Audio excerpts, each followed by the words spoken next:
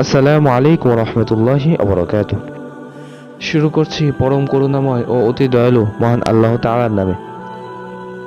আপনারা দেখছেন প্রতিদিনের হাদিস শিক্ষা পর্ব ৭।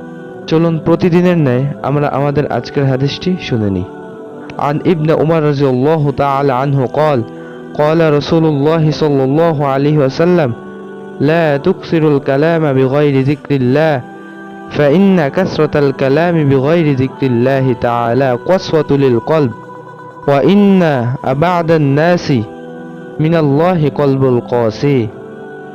অনুবাদ: আব্দুল্লাহ ইবনে উমর রাদিয়াল্লাহু তাআলা আনহু থেকে বর্ণিত, তিনি বলেন, রাসূল সাল্লাল্লাহু আলাইহি ওয়াসাল্লাম বলেছেন, আল্লাহর জিকির ছাড়া বেশি কথা বলো না, কেননা আল্লাহ তাআলার জিকির বা স্মরণবিহীন বেশি কথাবার্তা মনকে পাষাণ করে দেয়, আর পাষাণ হৃদয় ব্যক্তি আল্লাহ থেকে সর্বাধিক দূরে। হাদিসটি ইমাম তিরমিজি বর্ণনা করেছেন। আজকের মতো এখানেই শেষ করছি। আসসালামু আলাইকুম ওয়া রাহমাতুল্লাহি ওয়া বারাকাতুহু।